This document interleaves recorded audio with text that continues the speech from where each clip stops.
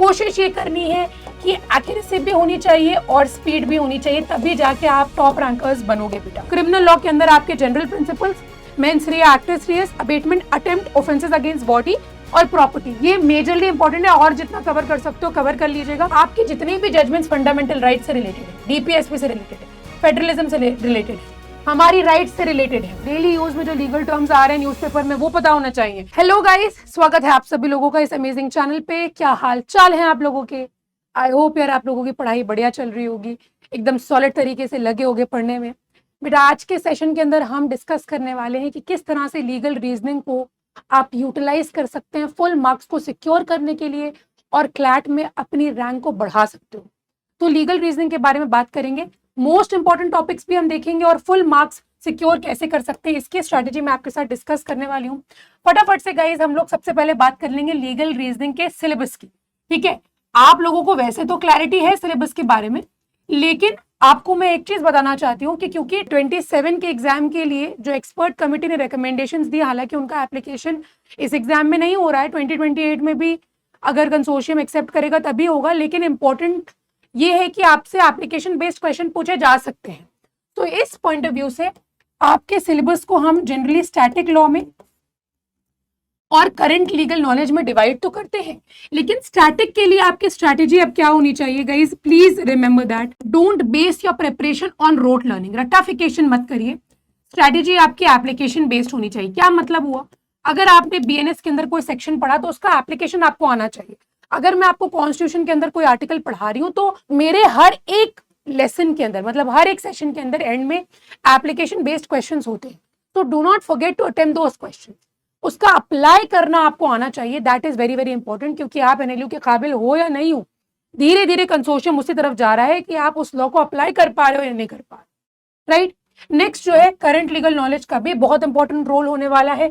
जनवरी to नवंबर आप 2026 तो छोड़ ही नहीं सकते, 2025 के टॉप 10 भी पढ़ लेना, यू नेवर नो, और सेफ साइड रहने के लिए 2024 के भी टॉप 10 पढ़ लेना, कोई भरोसा नहीं, पूछ ले। ठीक है, इसमें क्या नुकसान हो रहा है आप बताइए। मतलब फिंगर टिप्स पे भी मैं आपको बता सकती हूँ 2025 के मोस्ट इंपॉर्टेंट क्या रहे थे, 2024 के मोस्ट इंपॉर्टेंट क्या रहे थे। खाली दिमाग में रखने में क्या बुराई, याद तो रह सकता है ना। आगे आइए, नेक्स्ट इंपॉर्टेंट चीज ये है कि आपको 4 चीजों के ऊपर अपना फोकस रखना है। सबसे इंपॉर्टेंट आपके लिए ये है समझ लेना कि आपकी जो आपकी स्ट्रैटेजी है वो होनी चाहिए कि सिलेबस यानी कि कोई टॉपिक पढ़ा और वीकली बेसिस पे उसका रिवीजन किया, डीपीपीएस के रूप में, मॉक्स के रूप में, be it online be it offline, sectionals के रूप में प्रैक्टिस करना।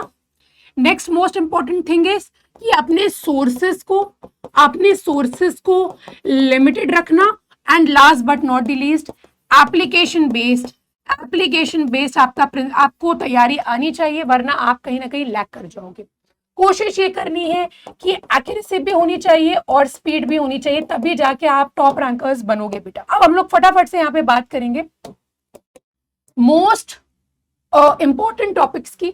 सबसे पहले बेटा टॉट की बात कर ली जाए। मुझे ऐसा लग रहा है क्योंकि एप्लीकेशन बेस्ड काफी ज्यादा ये लोग फोकस कर रहे हैं, तो मुझे ऐसा लगता है कि टॉट पूछा जा सकता है आपसे, तो कोशिश ये करिएगा टॉट को कंप्लीट कर लीजिएगा। इसके अंदर सिविल रॉन्ग्स, आपके negligence, defamation, nuisance liability, strict liability, absolute liability दोनों, और वाइकेरियस लाइबिलिटी कवर कर लीजिएगा, डिफेमेशन कवर कर लीजिएगा। कॉन्ट्रैक्ट के अंदर गाइस आपका ऑफर और acceptance, consideration, free consent, capacity to contract, legality of object, breach of contract, discharge of contract बहुत जरूरी है।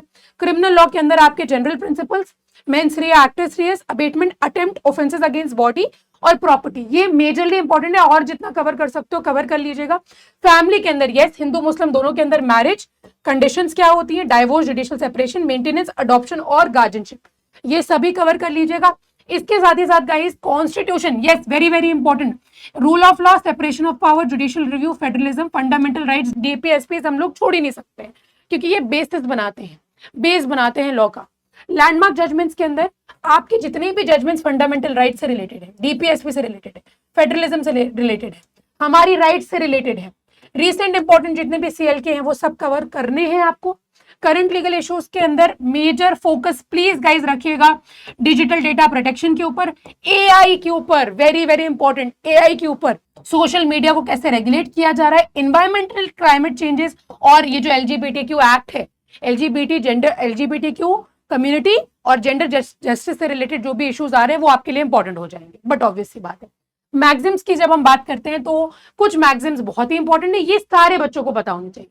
ओबीजस एबी रेमेडियम, एक्टस नॉन फैसेट निसी मेंसिट्रिया, फिर इंटरेस्ट रिपब्लिकिया आर्टसिट फिनिस लिटियम, it is in the interest of that there should be end to litigation, ऑडी अल्ट्रम पार्टम, रेस इप्सा लोकेटर, thing speaks for itself, here the other party, ये सब पता होना चाहिए।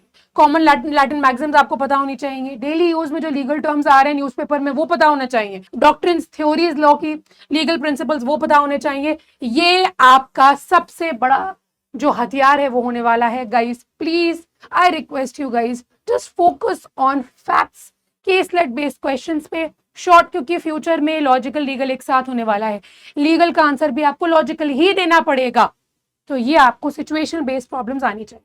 थोड़ा सा बेटा हम लोग अगर पास्ट क्या रहा है उसका अगर एनालिसिस नहीं करेंगे तो ठीक नहीं रहेगा। आइए इसको थोड़ा सा देख लेते हैं।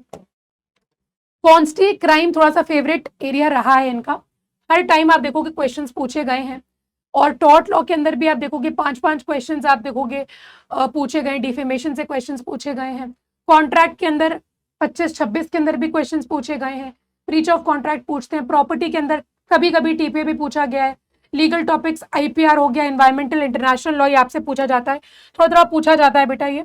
इसके अलावा जो सबसे इंपॉर्टेंट है वो है आपका जो फैमिली लॉ के अंदर है। देखिए फैमिली लॉ के अंदर आपके मैरिज इनहेरिटेंस लॉज हो गए, ये इंपॉर्टेंट हो जाते हैं बहुत, पर्सनल डेटा से रिलेटेड, चिल्ड्रंस राइट से रिलेटेड, प्रॉपर्टी राइट से रिलेटेड, कंज्यूमर प्रोटेक्शन से related, employment law, constitutional law, workers के राइट्स, स्ट्राइक करने का राइट है या नहीं है, ये सारी चीजें बेटा इंपॉर्टेंट होती है।